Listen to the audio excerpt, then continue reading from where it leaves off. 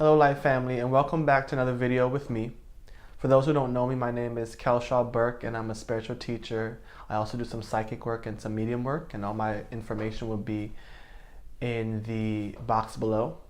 So you can follow me on social media, etc. And I'll be doing a lot more videos for you guys. I definitely am going to be getting back more into doing my YouTube videos. So, you want to just subscribe and keep up with me daily or weekly for new videos.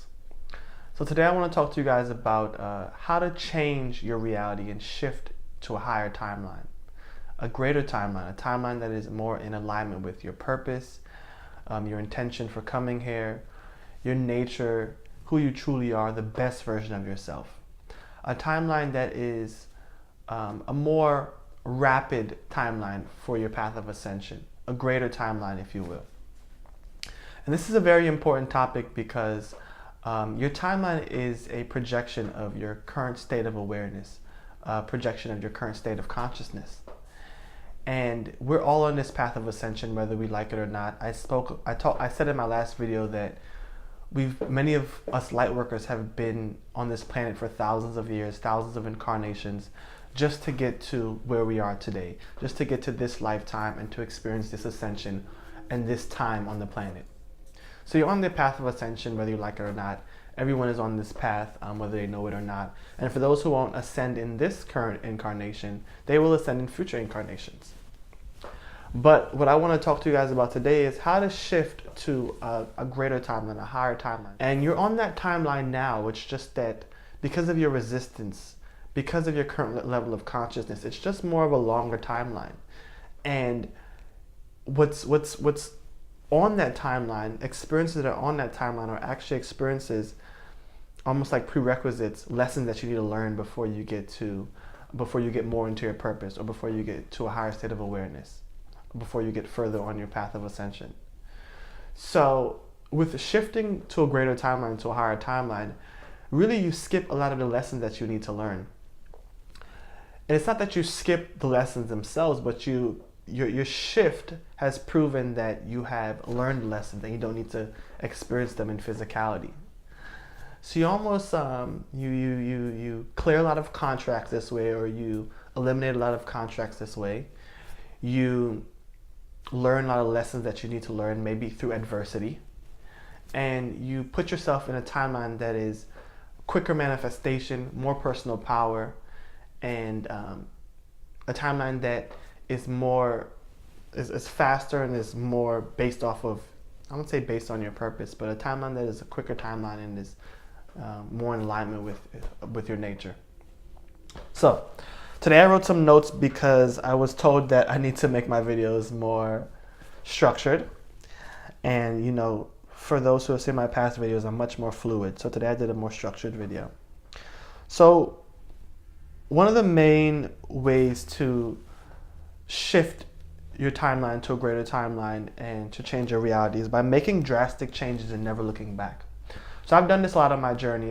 There's been many times where I've said on my journey, okay, from this moment on, every thought that I perceive as negative, any thought that is opposing the best version of myself, or opposing where I know I should be, I'm going to just watch it like a cloud in the sky, and I'm not going to engage it. I'm not going to feed it any energy, because we all know if we feed things energy, we create them in our reality. We give them the momentum that they need to begin to manifest in our world. So there's been many times where I said, from this moment on, I would not do this anymore. From this moment on, I would not eat meat anymore. When I turned vegan, I did an immediate change. I didn't wait, or I didn't progress. And that's just better for me, because I'm better at just making drastic changes. And because I'm good at making drastic changes, I've seen exponential growth on my journey. I've seen growth very quickly. I told you guys I woke up 2 years ago. So I've seen myself shift timelines.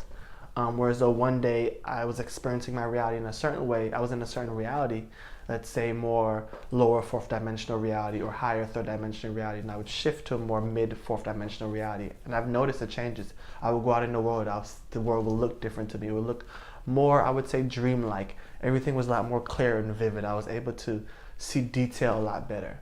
So by making these drastic changes, whether it's I'm going to stop smoking as of this moment, I would not smoke another cigarette. As of this moment, I would no longer engage in thoughts that are negative or self-bashing or self-hate thoughts that are of self-hatred. I would no longer eat meat. Whatever your habit is, or the things that you know that are keeping you in a lower state of consciousness, certain ways that you're thinking, certain attitudes. Attitude, for example, is from this moment on, I will only focus on gratitude, and everything in my life I will just be grateful for, and I will no longer complain. That's when I did. I said from this moment on, I would no longer complain. So making these drastic changes and holding on to them and actually following up with them shift your timeline, and it pushes you into a higher timeline. It shifts you into a higher version of yourself as well. You also actually shift. Your body begins to change and shift as well.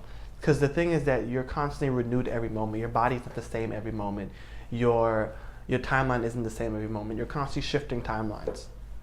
But as you're constantly shifting timelines, almost like a snapshot on a movie reel, where so there's different snapshots, but the fluidity of the snapshots make it look like the movie is just flowing and it's one moment after the other.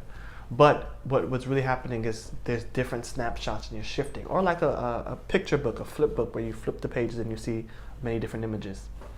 So when you make a drastic change like that, you shift. The next moment you shift into a different timeline. Literally the next moment you shift into a different timeline, and you maintain it. If you maintain it, you'll remain in that timeline. Every timeline has a trajectory. So if you maintain that shift, you will. If you maintain that change, you will shift, and then you'll be on this new trajectory of moments, if you will. So a timeline is a trajectory of moments based off of like frequency. The same fundamental vibration within moments. So making drastic changes and never looking back is a huge way to shift your timeline and to change your entire reality. Another one is keeping yourself in a high vibration. Abraham Hicks does a lot of teachings on this, keeping yourself in a high vibration. So positive thinking and inspired action. Only focusing on thoughts that inspire you, thoughts that you can use to manifest what you want in your life, in your reality. Focusing on positivity, focusing on gratitude in your life. Doing things that make you feel good. Being around people that make you feel good, that inspire you. Going to places that make you feel good and inspire you. Places like nature, or going to see maybe some live music that you love to listen to. Pampering yourself, taking care of yourself, being around people, changing your environment, people, places, and things, that environment that is more conducive to who you know you are, more conducive to your growth. Keeping yourself in a high vibration shifts your timeline into a high vibration. And this concept of timelines, if you remain, so there's a lot of information about this, but just really basically, the highest timeline you could be in is a heart-centered timeline. That is a timeline of infinite possibility and infinite creation. When you're in a lower timeline, a more third-dimensional, dense timeline, for example, things that you want to manifest, like a car, normally when you're in that vibration, or you're in that level of consciousness, you're in that more third-dimensional timeline, you perceive life like life is happening to you, and there's only certain ways things could happen. So if you want to get a car, you need to get a certain amount of money from the job that you work at to manifest this car. That's one way that it could happen, or that's one of the very few ways that could happen, you manifesting that car. And you're in that state of consciousness, you're in that lower timeline. When you shift to a heart-centered timeline, which is the highest timeline you can be in, you now shift into a reality of infinite possibilities. So you think, I want a car, and it can just pop into reality. You can shift into such a high reality where you manifest it, you materialize it.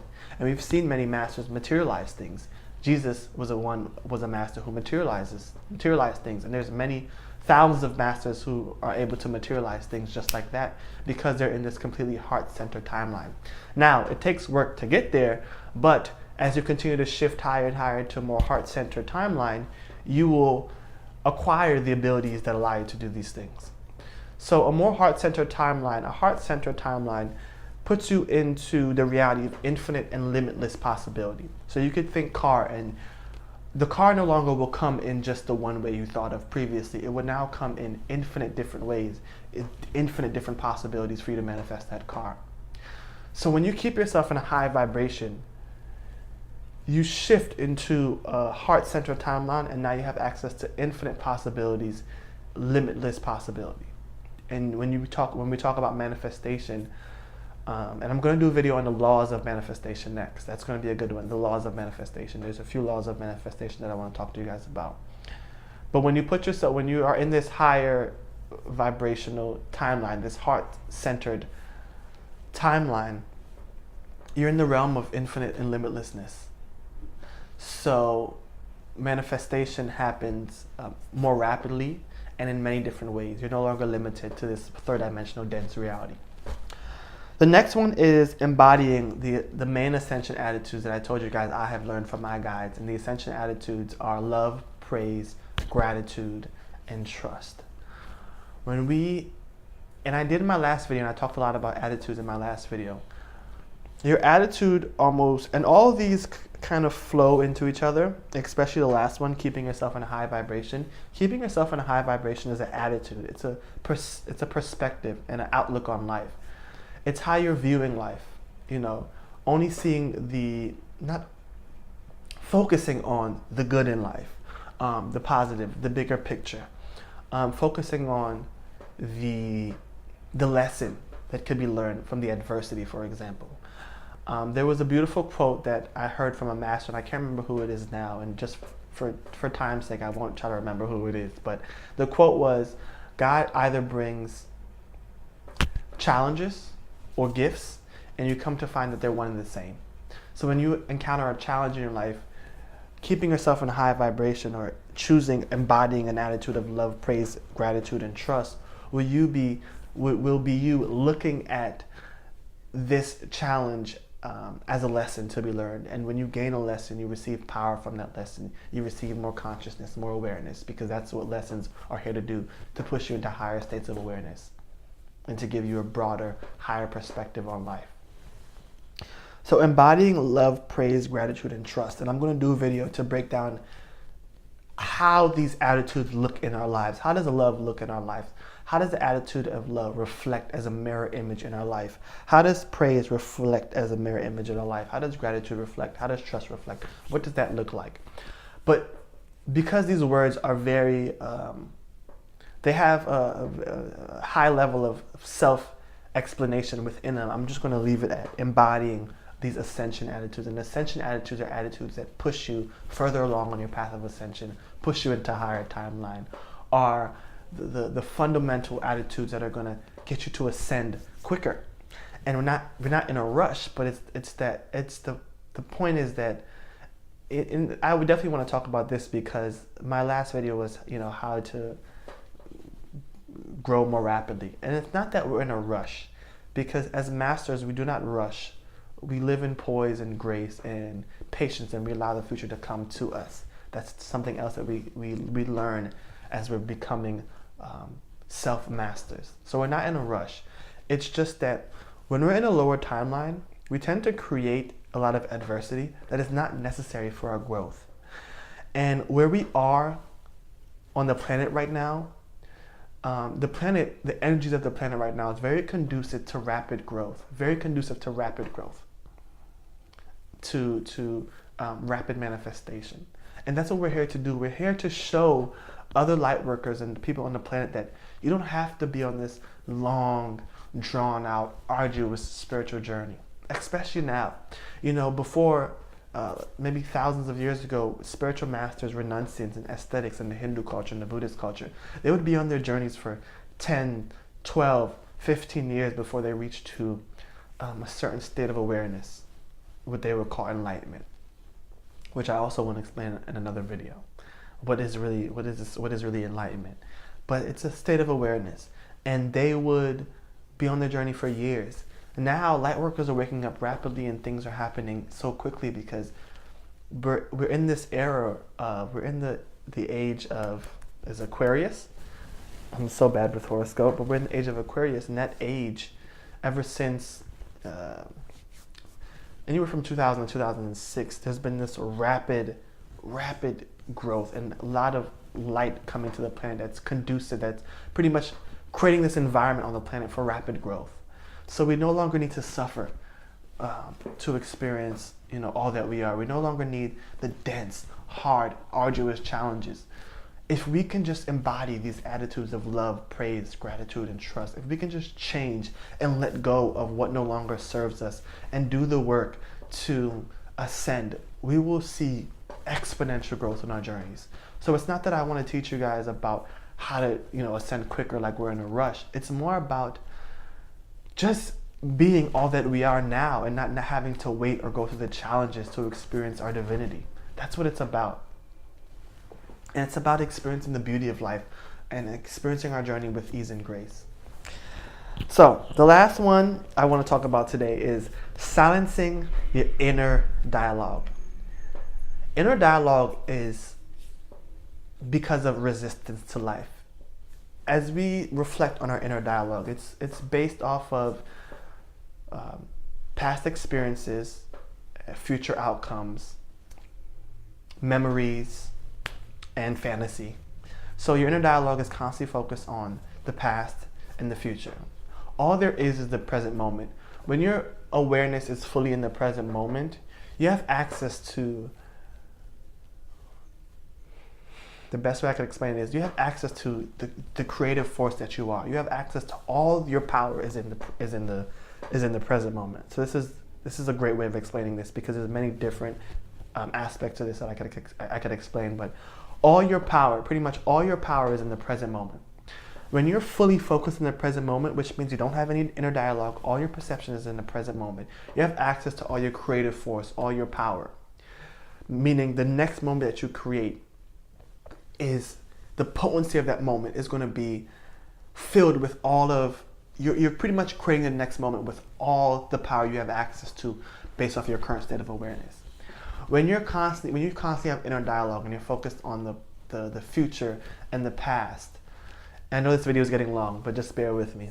When you constantly have inner dialogue and you're focused on the future and the past, you're draining a lot of the power that you have access to in this moment. Thoughts drain your energy, and energy equates to consciousness. Power is consciousness. Your creative force is consciousness. It's power. It's an energetic force that you use to create. And three main forms of power we have on this planet is our thoughts, our emotions, and our actions. When our thoughts are being soaked up with memories and fantasy and fear of the future, fear of what could happen, and regret and guilt for what we've experienced in the past, which is pretty much what your inner dialogue is consists of. I would say 90% of your inner dialogue is past and future, and 10% is worrying about the moment or trying to analyze the moment is, I would say, 10%. Maybe that's even 5%, but the majority is past and future. You soak up a lot of the power you have access to. So when we learn to still our mind through meditation, and meditation should evolve from a practice to a way of being. A state of enlightenment means you have no inner dialogue. There was a beautiful quote by one of the popular swamis in India today, and he said that the difference between a god and a man is the space between the thoughts. A state of enlightenment is a state of stillness, a state of peace, and serenity, poise. You don't have inner dialogue. You're not focused on the past and the future. When we heal a lot of our trauma, a lot of the inner dialogue stops, and that's why healing is a huge part of our journey, because a lot of our inner dialogue, which is our self-concept, which is our ego, it begins to integrate and dissolve as we heal a lot of the traumas, because a lot of the fear for the future is because of the trauma we've experienced or what we've experienced in the past, what we've seen other people experience in the past, and then our memories, our guilt, and our upset about the past is because we have such an attachment to our identity, and we're still holding on to what we've experienced. So when we clear all that up through healing, the inner dialogue ceases and it gets less and less and less. So I would say make meditation a daily practice, and that daily practice will evolve into a way of being. Every moment, bring your awareness back to the present moment and work on silencing your mind. And this is how a child lives. A child lives in innocence, and this journey is a journey of regaining our innocence. I want to thank you guys, and there's more on this topic. I'll do more videos. But I want to thank you guys for joining me today. I want to tell you guys I love you guys. Please like and subscribe for more videos and follow me on the other social media platforms. I wish you guys all the best on your journey. Sending you guys much love and light. Talk to you guys soon. Bye.